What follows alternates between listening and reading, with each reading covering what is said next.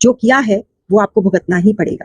अब लोगों को ना यही नहीं पता होता कि वो कर्म जो कर रहे हैं वो सही है, गलत है, या कई बार हमने देखा कि लोग बोलते हैं कि यार वो सामने वाला तो इतने बुरे कर्म कर रहा है, फिर भी उसको इतना अच्छा रिजल्ट मिल रहे हैं, वो तो इतना खुश है और मैं तो इतने अच्छे कर्म कर रहा हूँ, फिर भी मेरे जीवन में इतनी परेशानियाँ, इतने दुःख है।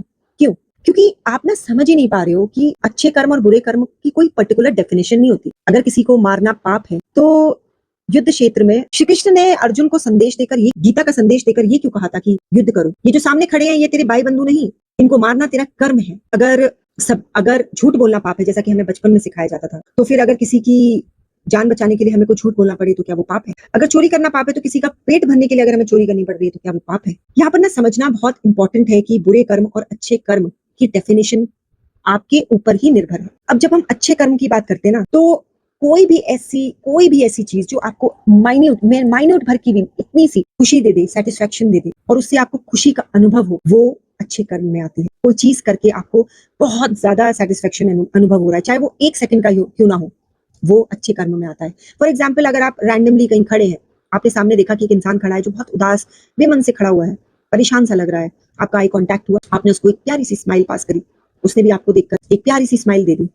अब आप जब रोटेट करेंगे ना चीजों को, तो आपको समझ में आएगा कि वो जो इंसान था वो परेशान था, उसकी घर में लड़ाई हुई थी या कोई बहुत बड़ी दुविधा से वो लड़ रहा है, और उसने जब आपको देखा, आपको मुस्कुराते हुए देखा, तो उसने चाहे एक पल के लिए भी सही, उसने अपना दर्द भुला दिया। अब आप ये चीज नहीं समझ पा रहे कि वो जो एनर्जी एक्सचेंज हुआ ना, वो कहीं ना कहीं यूनिवर्स में जाकर आपके अच्छे कर्मों के कि उसमें एक्यूमुलेट हो गया। This is called energy alignment. जो आपने उसके साथ कर, आपकी पॉजिटिव एनर्जी एनहेंस हुई, और यही एनर्जी जो एक्यूमुलेट होती जाती है, पॉजिटिव एनर्जी, ये कहीं ना कहीं आपको, जब आप बहुत जीवन में परेशान होते हैं, दुख होते हैं, तकलीफ होती है, तो यही एनर्जी आपको पॉजिटिविटी देती है। This is called good Karma. आप चाहे कितनी पूजा पाठ कर लीजिए, आप लाख जानवरों को खाना खिला दीजिए, पर अगर उसको करने के बाद भी आपको सेटिस्फेक्शन और खुशी का अनुभव नहीं हो रहा है, तो कहीं ना कहीं आपके कर्म में प्रॉब्लम है। आप अपनी एनर्जी को अलाइन ही नहीं कर पा रहे हैं, और यही सबसे बड़ी वजह है कि लोग ना सिर्फ डर के कारण करते हैं ये सब चीजें। कहीं से आपने पढ़ लिया, कहीं से आपने देख लिया कि अमावस्या के दिन गाय को खाना खिलाना चाहिए, जबरदस्ती आप सब लगे पड़े हैं गाय को खाना खिलाने के लिए।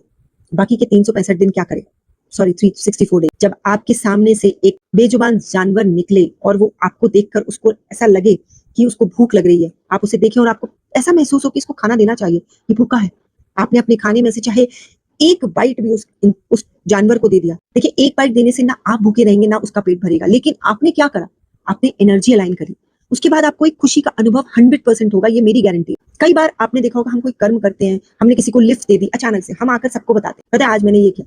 क्यों? कोई बहुत बड़ा तोप चला के नहीं आए हो, आपने वो किया जो आपको खुशी, आपकी आत्मा को खुशी दे, कर्म किया आपने। और सबसे बड़ी बात, बिना किसी भी सेल्फिश हुए आपने वो कर्म किया है। तो यही अच्छे कर्म और बुरे कर्म की डेफिनेशन यहीं पर समाप्त हो जाती है कि जिस कर्म को कर आपको खुशी का अनुभव हो, जिस कर्म को कर आपको सेटिस्फेक्शन का अनुभव हो, वही अच्छे कर्म हो।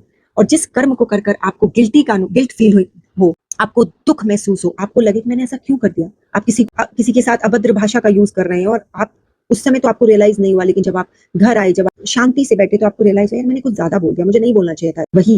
वही जो फीलिंग है ना, वो कहीं ना कहीं आपको बुरे कर्मों की ओर ले जा रही है, आपके बुरे कर्मों में एक्यूमुलेशन हो रहा है।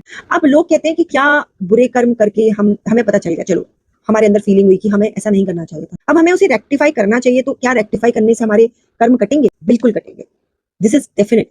अगर आपको ये फीलिंग आई कि मैंने उससे ज्यादा बोल दिया, मुझे ऐसा नहीं करना चाहिए था, आप चाहिए तुरंत उससे जाकर के सॉरी बोलिए कि मैंने ज्यादा बोल दिया, बट आई एम सॉरी। और कई बार आप जबरदस्ती सॉरी बोलते हैं और उसके बाद भी आपको रियलाइजेशन होता है कि मुझे नहीं बोलना चाहिए था, तो नहीं बोलना चाहिए था। ये आप ही डिसाइड करोगे कि आपके लिए अच्छे कर्म क्या हैं और बुरे कर्म क्या हैं। और ये डेफिनेट है कि अगर आप बुरे कर्म करके आ रहे हैं और इवन आप बहुत शांति से सोच रहे हैं, तब भी अगर आपको लगे कि नहीं मैंने तो बुरा कर्म नहीं किया है, तो आप इतना सोच क्यों रहे? अगर आपके लिए वो कर्म बुरा नहीं था, तो फिर आप सोच क्यों रहे? फिर तो आपके दिमाग में ये सब बातें नहीं आनी चाहिए थी। बॉर्डर पर जब जवान एक दूसरे को मार के आते हैं, तो क्या वो जिंदगी भर प्रायश्चित करते रहते हैं कि मैंने उसको मार दिया? वो उसका कर्म, यही है कर्मा अलाइनमेंट, जिस पर पूरी सृष्टि चलती है, एनर्जी अलाइनमेंट। अगली बार कोशिश करें कि अगर आप कोई ऐसा कर्म कर रहे हैं जिसके बाद आपको दुख और गिल्ट का अनुभव हो रहा है, तो उसे रेक्टिफाई करने की कोशिश करें। और सिर्फ इसलिए कि जानवरों को खाना खिलाने से आपके राहु केतु स्ट्रांग होंगे, आपको परेशान नहीं करेंगे, या पूजा करने से मेरे शनि मेरे कर्मों को बख्श देंगे, ऐसा कुछ नहीं होता। यकीन मानिए, वो भी करना चाहिए, वो जरूर करना चाहिए। मैं ये नहीं कह रही कि आपको पूजा पाठ नहीं करनी चाहिए, बट सिर्फ ये सोच के कि आप मेरे कर्म कटेंगे, मैंने जो बुरे कर्म किए हैं वो खत्म हो जाएंगे, ये गलत सोच। सिर्फ आपके कर्मों को करने के बाद ही कटेंगे। जरूर गौर करिएगा इस चीज पर, और अगर आपको लगता है कि मेरी बातों से आप रिलेट कर पा रहे हैं तो please please please follow the channel, और थोड़ा सा प्यार और सपोर्ट आपका चाहिए। Thank you so much.